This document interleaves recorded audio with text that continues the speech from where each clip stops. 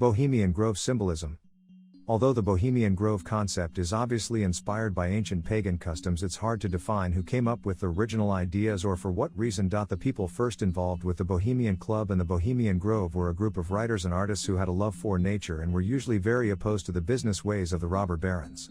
Nobody seems to have investigated it in the first place, but at this moment there's no indication that any of the more important members of the Bohemian Club had an unusual interest in pagan rituals or practices. On the other hand, Joseph D. Reijden, the founder of the Cremation of Care and a president of the Bohemian Club, was very well connected to the elite Anglo-American families, so who knows where he got his inspiration from. More about him later. There is also the prominent Bohemian Club member Ambrose Bierce, who spent 3 years in England before he came to San Francisco. Bierce wrote The Devil's Dictionary, a book that shows us that at least some of the early members had a bit of knowledge about pagan customs. In both cases, we really need to know more about these individuals before we can reach any conclusions. What I know about them has been included in their bios, which can be found in the membership list. Baal, an old deity formerly much worshipped under various names. As Baal, he was popular with the Phoenicians. As Belus or Bel, he had the honor to be served by the priest Berossus, who wrote the famous account of the deluge. As Babel, he had a tower partly erected to his glory on the plain of Shinar. From Babel comes our English word Babel. Under whatever name worshipped, Baal is the sun god. As Beelzebub, he is the god of flies, which are begotten of the sun's rays on the stagnant water. In Physicia, Baal is still worshipped as Bolus, and as Beli he is adored and served with abundant sacrifice by the priests of Gudeldom. Bacchus, a convenient deity invented by the ancients as an excuse for getting drunk. Christian, one who believes that the New Testament is a divinely inspired book admirably suited to the spiritual needs of his neighbor. One who follows the teachings of Christ in so far as they are not inconsistent with a life of sin. Druids, priests and ministers of an ancient Celtic religion which did not disdain to employ the humble allurement of human sacrifice. Very little is now known about the Druids and their faith. Pliny says the religion, originating in Britain, spread eastward as far as Persia. Caesar says those who desired to study its mysteries went to Britain. Caesar himself went to Britain, but does not appear to have obtained any high preferment in the Druidical Church, although his talent for human sacrifice was considerable. Druids performed their religious rites in groves, and knew nothing of church mortgages and the season ticket system of pew rents. They were, in short, heathens and, as they were once complacently catalogued by a distinguished prelate of the Church of England, dissenters. Freemasons, an order with secret rites, grotesque ceremonies and fantastic costumes, which, originating in the reign of Charles II, ruled from 1649 to 1660, among working artisans of London, has been joined successively by the dead of past centuries in unbroken retrogression until now it embraces all the generations of man on the hither side of Adam and is drumming up distinguished recruits among pre-creational inhabitants of chaos and formless void. The order was founded at different times by Charlemagne, Julius Caesar, Cyrus, Solomon, Zoroaster, Confucius, Thothmes, and Buddha. Its emblems and symbols have been found in the catacombs of Paris and Rome, on the stones of the Parthenon and the Chinese Great Wall, among the temples of Karnak and Palmyra and in the Egyptian pyramids, always by a Freemason. Malthusian, adjective pertaining to Malthus and his doctrines. Malthus believed in artificially limiting population, but found that it could not be done by talking. One of the most practical exponents of the Malthusian idea was Herod of Judea, though all the famous soldiers have been of the same way off thinking. Mammon, the god of the world's leading religion. The chief temple is in the holy city of New York. Man, an animal so lost in rapturous contemplation of what he thinks he is as to overlook what he indubitably ought to be. His chief occupation is extermination of other animals and his own species, which, however, multiplies with such insistent rapidity as to infest the whole habitable earth and Canada. Sylph, an immaterial but visible being that inhabited the air when the air was an element and before it was fatally polluted with factory smoke, sewer gas and similar products of civilization. Sylphs were allied to gnomes, nymphs and salamanders, which dwelt, respectively, in earth, water and fire, all no insalubrious. Sylphs, like fowls of the air, were male and female, to no purpose, apparently, for if they had progeny they must have nested in accessible places, none of the chicks having ever been seen. Well, what do you know? Respect for Christians and an aversion to human sacrifice, Malthusian genocide, greed, and pollution of the environment. Not bad for a Bohemian Grove participant, now is it? The Devil's Dictionary is a satirical work written over a period of about 25 years. Although you might get that impression, it has very little to do with the occult, Satanism, or the devil, as some might fear at this moment. You won't find many other words in the book dealing with this type of subject. Still, the combination of Baal, Bacchus, the Druids, and Freemasons, secret rites, grotesque ceremonies and fantastic costumes, is quite interesting in relation to the Bohemian Grove. Many people claim that Baal is worshipped during the opening ceremony, and the ritual certainly shows some parallels with the rites associated with this ancient god. Bacchus has also been associated with the cremation of care, just as the Druids, the Celtic music, for instance. Peter Martin Phillips, who has attended a Grove meeting and talked to many of its members, wrote in his 1994 PhD dissertation 1, "The Cremation of Care ceremony was produced as a play in 1920, wherein a high priest standing before a huge prehistoric altar, is confronted by dull Care wrapped in the chains but not dead because Bacchus, the only warrior Care fears, is truly dead. Care responds, call Bacchus from the grave. Long as he is dead. Is near at Great Bohemia. Aha! Aha! Good Fellowship then takes the torch from the priest at the altar and burns Care in his prison, thereby purging the demon Care from the sacred grove. This ceremony has been rewritten on several occasions, but the theme is still the same. The date given, 1920, seems to be a typo as the ceremony was first created in 1893. He also lists two separate dates for the addition of the Owl Shrine, 1920 and 1929. The Roman Bacchus is the same as the more well-known Greek Dionysius, the god of wine, sexual and ecstatic freedom, fertility, and celebration. The purpose of their rites was quite similar to the Bohemian Grove concept, i.e. the participants were to leave behind any worries about their daily lives. Although I have not been able to find the exact origin or meaning of dull Care, he's unhappy because of the death of his brother Don't Care. The poem above, written by a poet from the Roman Empire and the earliest reference I could find, shows it has a strong connection to wine also, just as Bacchus and Dionysus. In any case, dull Care is a mocking spirit that needs to be banished from the grove. This is an ancient tradition going back to the Sumerians. The Sumerians used the word bara, begone, to banish unwelcome spirits from the land. These traditions were spread to Babylon, Greece, and Rome. After the Middle Ages, poets and playwriters occasionally picked up on it and incorporated it in some of the works they wrote. The term was used quite frequently since at least the late 17th century in Britain, as the poems in the left column show. The first reference since Horace that I was able to find was the 1687 play Begone, Dull Care of, John, Playford, musical, companion, located in England.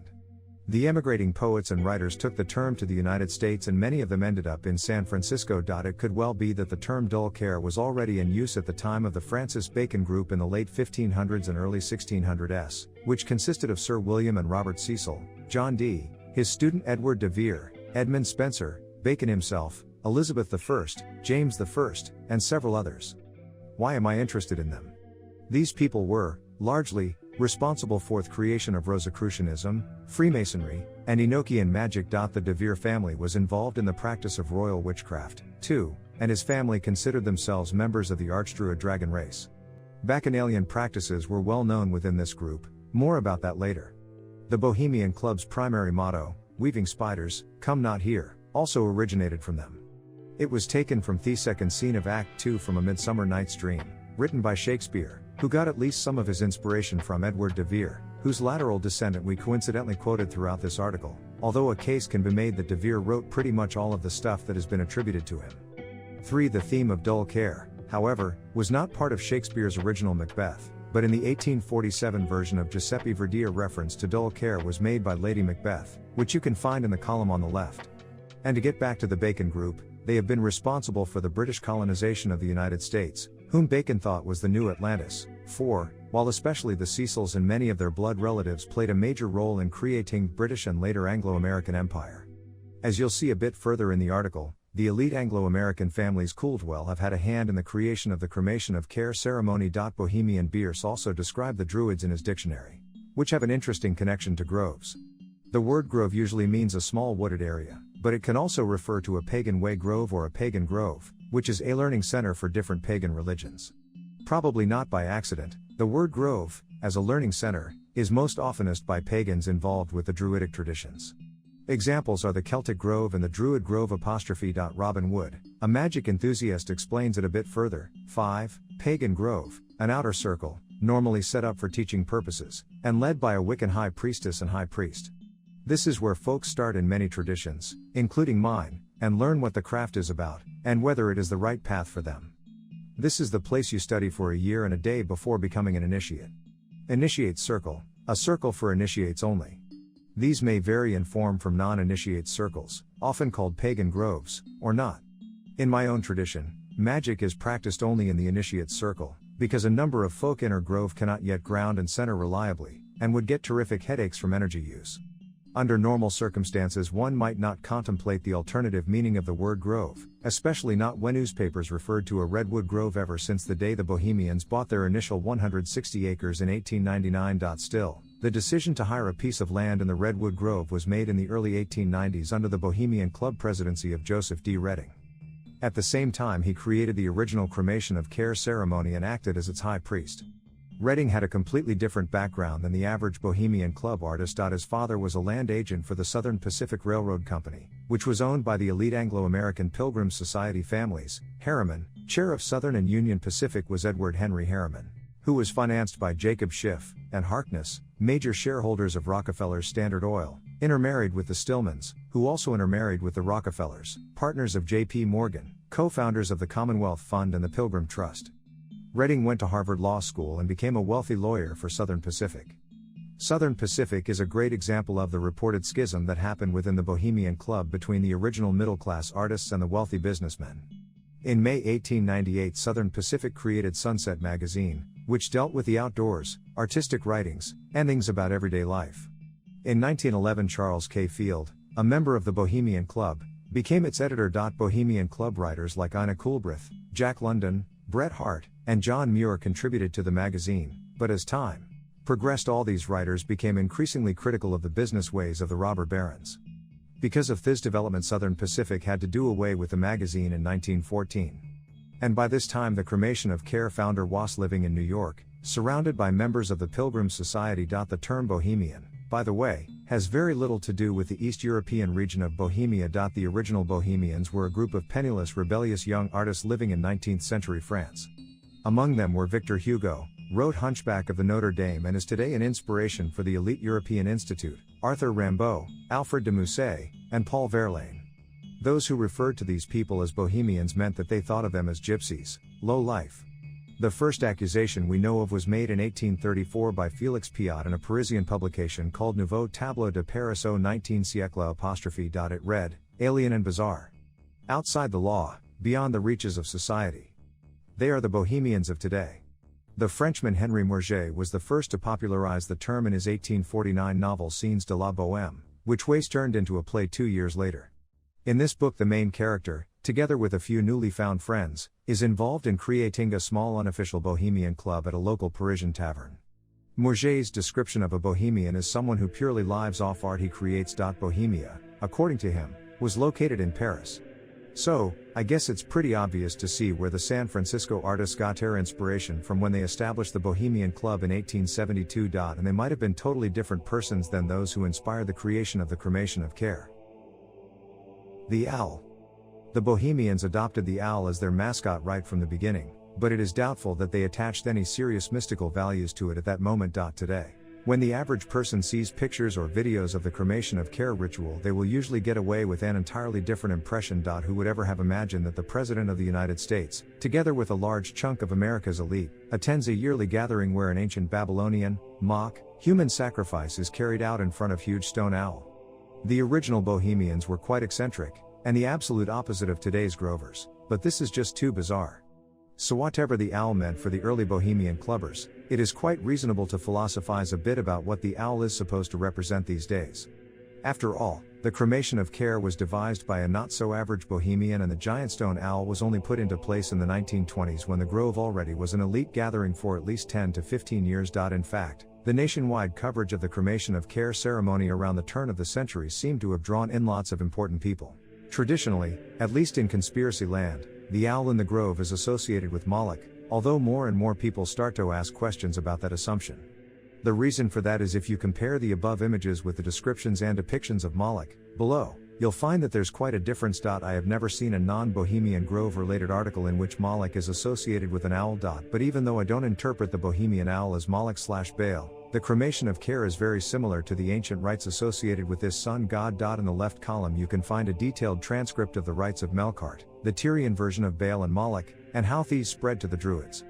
More information about similar rites can be found further down in this article. Anyone who does a bit of research in European and Middle Eastern mythology will see that the owl is always associated with a female deity. In all the civilizations between Sumer and Rome, and even the Celts, you have a few recurring gods with often the same symbols associated with them. I tend to throw the important gods and goddesses together and define only two simple classes, the first one being the male sun gods, followed by a group of female mother moon goddesses. The simple reason is that mythology is a mess. Stories are completely incoherent and often you can make anything of it that you want. Each new civilization copied the gods from the previous one, and it is obvious that many mistakes, or deliberate changes, were made during this process. This is the reason that modern mythology, to a large extent, is nothing more than making best guesses in defining which deity is associated with which earlier deity. That also seems to go for the initiates of secret societies. The sun gods, who normally have one or more suns, are usually depicted as, or with, bulls, goats, fire, and sunlight. Examples are the Egyptian Amun Ra, Carthaginian Baal Hammon, the Babylonian Marduk, the Canaanite Baal and Moloch, Tyrian El and Melkart, the Akkadian Adad, the Greek Zeus. Then there are mother and moon goddesses. The first one is usually associated with the dove or a lion, and is the partner and mother of different sun gods. The Canaanite Astorth, Tyrian Astarte, Phrygian and Roman Cybele, the Babylonian Semiramis, the Akkadian Ishtar are examples. These are generally identified as the exact same goddesses. Goddesses associated with the moon, who are always closely related to the mother goddesses, are often depicted as an owl. The Roman Minervae, Greek Athenae, Tyrian Anath are examples of this. Going back further is hard, but we have a few leads. There is a well-known Sumerian clay tablet with a female deity depicted on it. She is standing on two lions and is flanked by two owls. 1. Generally, this tablet is said to depict Lilith, a demoness, but the connections are weak and many scholars doubt this is the correct interpretation. Lilith has vaguely been associated with the screech owl, but that doesn't automatically mean the tablet depicts this semi-goddess. In my opinion, the goddess Inanna would be a much better choice, because 1. It is generally accepted that Inanna became Ishtar, Semiramis, Cybele, and Astarte, which are all mother goddesses with the dove and lion as main attributes. This explains the mystery of the bird feet, the wings, and the two lions she is standing on.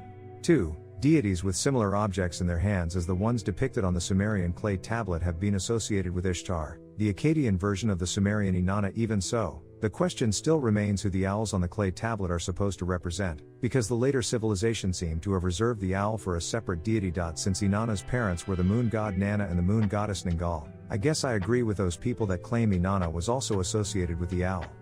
But in the end we really can't tell what the owl in the grove is supposed to represent. Nicholas de Vere, a lateral inheritor of the dragon title from the earlier mentioned extinct Earl of Oxford branch and a former head of the British Dragon Court, 6, gives us another possibility of what the owl might mean to certain elite groups, the dragons, and in the King James Version of the Holy Bible, the daughters of the owl, Lilith, are therefore according to Isaiah, the true children of God, a chosen generation, a royal priesthood, an holy nation, a peculiar people.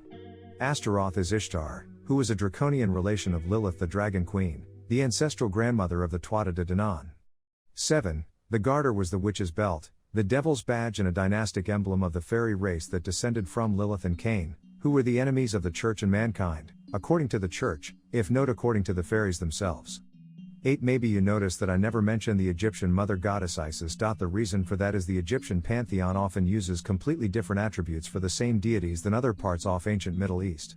Although the owl could well represent Isis, we don't need to worry about her, because she is certainly present at the grove. Peter Martin Phillips again. Bohemians even own a 2,500-year-old mummy donated to the club by an Egyptologist, Jeremiah Lynch in 1914. The mummy, known as Lady Isis, rests in a glass case near the entrance to the Bohemian Theatre. The goddess Diana is also present at the grove. A picture of her statue, which is located near the Diana Circle, has been among a few dozen photos Kyle has managed to snap in 2004 and 2005 as an employee at the Bohemian Grove.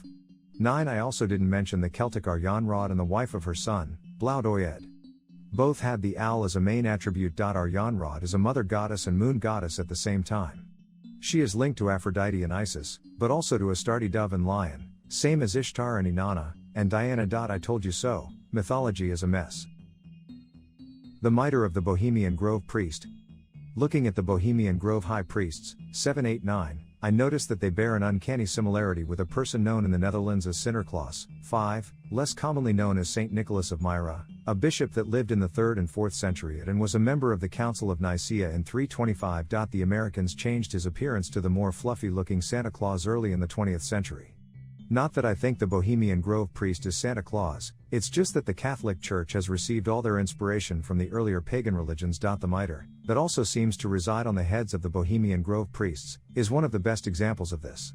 It represents the open mouth of the ancient half-man half-fish god that brought humankind civilization. It was worshipped under different names: Enki, Ea, Dagon, and Oannes.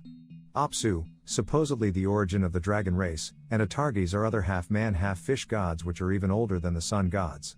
In the pictures above you can clearly see how the process evolved. So ironically, the Pope, Saint Nicholas, the Bohemian Grove high priests, and even Santa Claus all have the same origin: the Sumerian Babylonian high priests. This is also where their rods and capes have originated from. The problem with the Dionysiacs and Bacchanalians.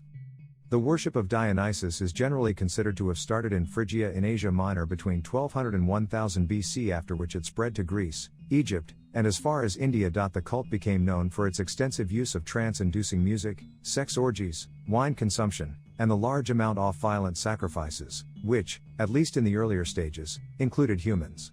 As a mystery cult it had public and secret rites. One of the rites included the Maenads, a group of insane women involved in bizarre blood rituals. This included the ripping apart of human beings and eating their flesh. During this time they were possessed by Bacchus, who provided them with superhuman strength. 11. Nicholas de Vere, in his book The Origin of the Dragon Lords of the Rings, adds, the Dionysic rites were cannibalistic and vampiric and echo the era of the cannibalism and vampirism of the Titanic era of the sons of the Nephilim.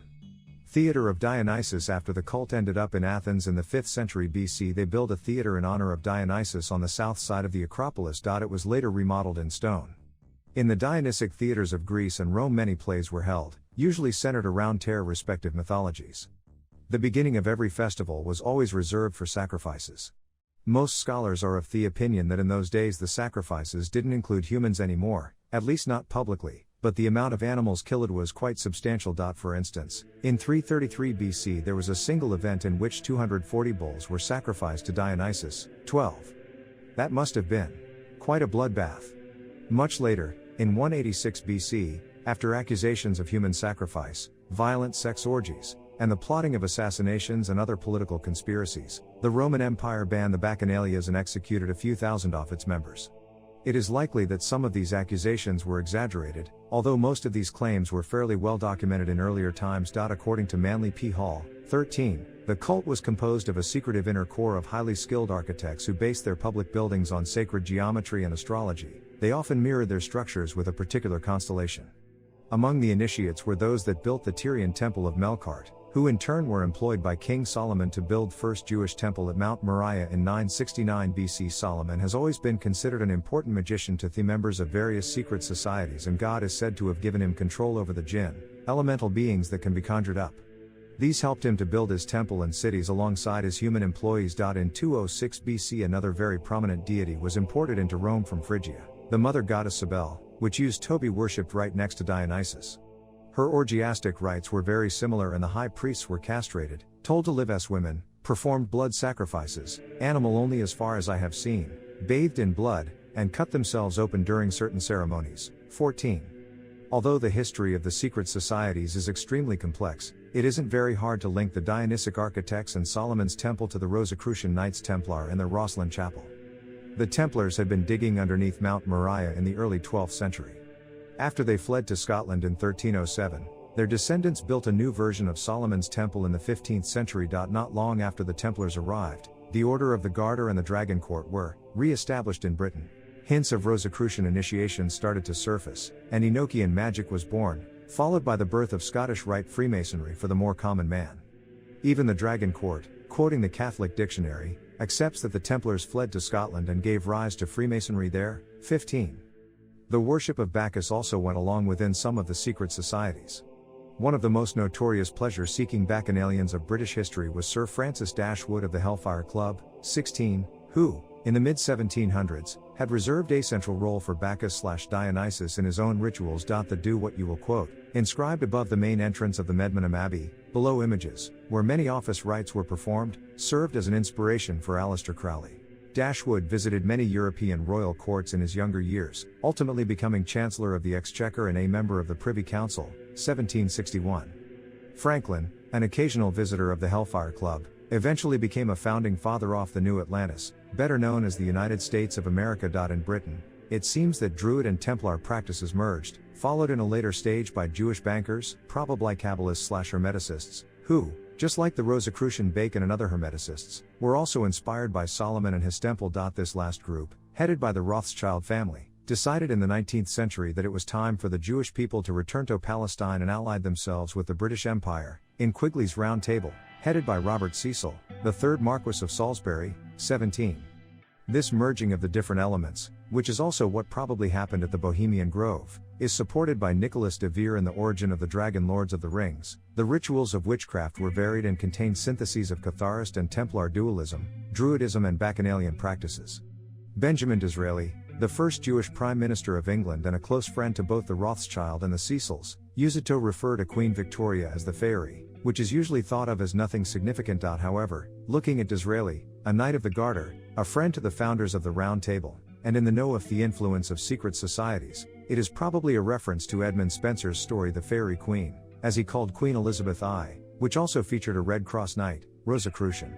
Spenser was part of the Francis Bacon group and a close friend to John Dee, who is the founder of Enochian magic and credited with writing the Rosicrucian Secrets. Spenser dedicated several works to Dee's student, Edward de Vere, who he is supposed to have visited on a regular basis. De Vere married Lady Anne Cecil and early on lived in the household of Sir William Cecil.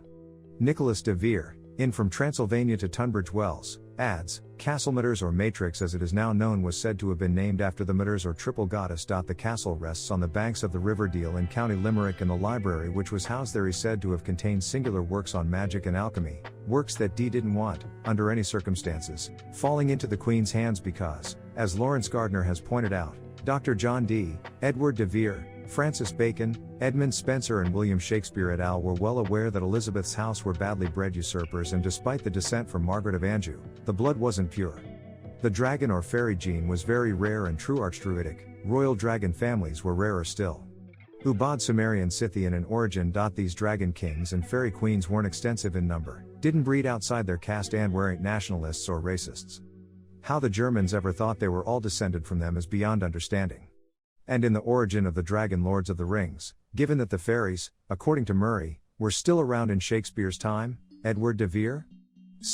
It seems to me that at least one individual who is said to have been a member of the literary syndicate that produced A Midsummer Night's Dream, Weaving Spiders, Come Not Here, diminuted the fairies, his own race, it could be argued, in order to alleviate the persecution that was raging against them.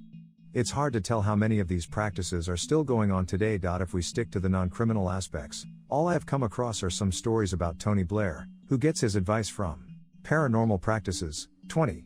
Then there are some reports about astrologers helping members of the royal house, which aren't really worth repeating here, gossips. Keep in mind that these were the most prominent persons in Britain of the past 10 years. The old dynastic blue blood families seldom reached the news in the first place.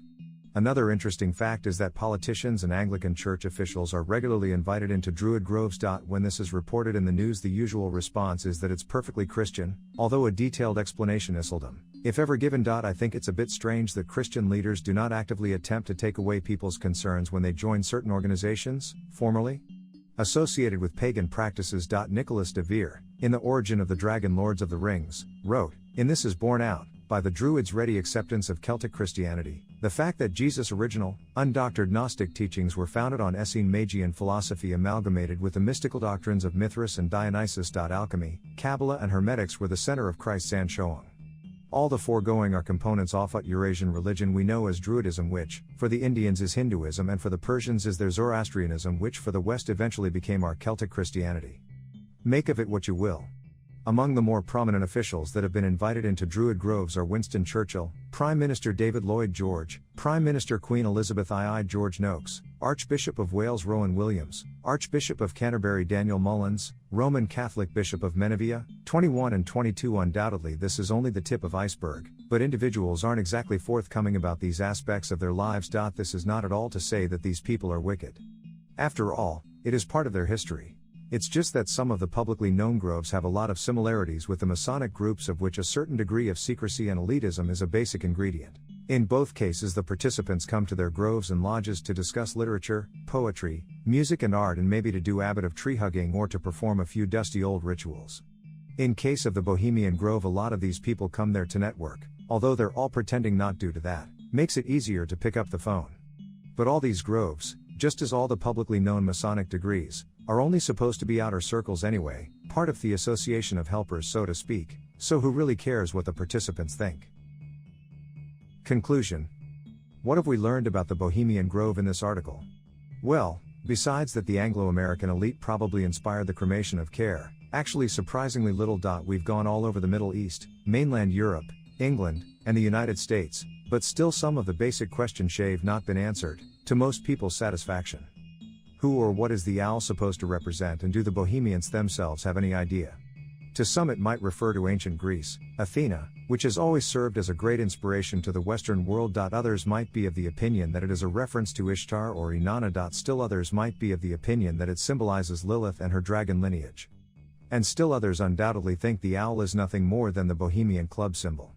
Then again, is the owl surrounding the Capitol building just a coincidence? Other unanswered questions are who or what inspired Joseph Redding to put together the cremation of care? Do some of the observers of the cremation of care indeed go into a good old bacchanalian ecstatic trance state during the beginning of the ritual, like Alex Jones and John Ronson have described? 21. What is the opinion of the Bohemian Grovers of the flyer, obtained by Alex Jones and John Ronson, that clearly depicts a baby having been sacrificed in the cremation of care fire? Or what is the opinion in general of the Bohemians as they watch a pretty macabre openings ritual? To be honest, I am not that interested in the Bohemian Grove all by itself, and this article has largely been just an excuse to dabble a bit in the mystical aspects of the globalist movement and to look for the origins of some of its perversions, which we will focus on in the future. Western mysticism is elitist, seems to have great influence over the more mainstream religions, is hopelessly intertwined with politics, banking, law, and intelligence, and if you look below the thin layer of paint, you'll see that most of the upper-level people don't seem to have any degree of spiritual enlightenment whatsoever. My guess is that the Grove's cremation of care is a visible aspect of a hidden Hermeticist religion with very unconventional ideas. Poets and other artists often communicated hidden messages and double meanings within the works they wrote, especially when they were connected to high society. Even regular artists, take Iron Maiden, 24, are fond of doing that, but this certainly has always been a specific trait of Rosicrucianism, Freemasonry, Druidism, or any other mystery religion. Shakespeare, or the 17th Earl of Oxford if you will, is often cited as an example, and Joseph D. Redding might well turn out to be another one. But in the end your guess is as good as mine. Quick note on magic. Masaaki Hatsumi, the only Grand Master of ninjutsu still alive, wrote, 25. People who perform genjutsu are called magicians, illusionists, and rainmakers. They are influenced by Mikyo, secret teachings of Dainichi Nyorai, and Dokyo or Taoism. In comparison with genjutsu, yojutsu is eerie and performs its tricks by borrowing the supernatural powers of the various spirits. We must realize that these tricks, used to deceive people, were taught for that purpose, thus the performers gain a wicked heart by training in them. Such tricks or miracles as making the wife of a samurai who had been dead for 5 years, appear in front of the widower's eyes. Or showing a man in hell being gruesomely tortured. But the ninja utilize yojutsu and genjutsu in intonjutsu, hiding techniques, and in intrigue. From his writings it is clear that Hatsumi is no fan of magic, and he once wrote it leads to ruin, or something like that. On the other hand, even with all his personal experience, I get the impression that Hatsumi only spoke from a historical Japanese point of view, which was seemingly filled with mischievous magicians/illusionists who were only after personal gain. And now that I am thinking of it, how about our own past? I think that a recent show like Mind Freak, a US illusionist, is great, because it gets people thinking and studying about things we all should be aware of. If we exclude the theory that hundreds of witnesses have been bought for each individual episode, and no one has reported that yet, the show does provide serious evidence to everyone that the laws of reality can be bent to the extreme, Whether that's due to a what you see is what you get effect or due to a form of mind control. Think of the military potentials alone, the secrecy that would surround it, and how this would be maintained, by messing with one's mind. Hatsumi's note, borrowing the supernatural powers of the various spirits, as opposed to developing a power, if possible, yourself, is also interesting because Western ceremonial magic is largely based on the interaction with elemental spirits. Solomon, whose every magician's inspiration, the two Masonic pillars refer to the two pillars of his temple, is reported to have been a master in it. John Dee, a teacher of De Vere and associate of the Cecils, did this stuff together with Edward Kelly through their Enochian magic. In that case they definitely contacted Thirong beings who made them do things they weren't exactly pleased with. 26. Arthur Balfour, a relative of the Cecils, was holding seances at his house contacting God knows what. 27. Crowley, supposedly once a protege of the Cecils, 28, was inspired by one of these beings and contacted numerous others. One of these other beings, Lamb, looked an awful lot like a type of gray alien. There's much more to this story, especially if you look at some of the reports that have been made in recent years, but that's a whole other article.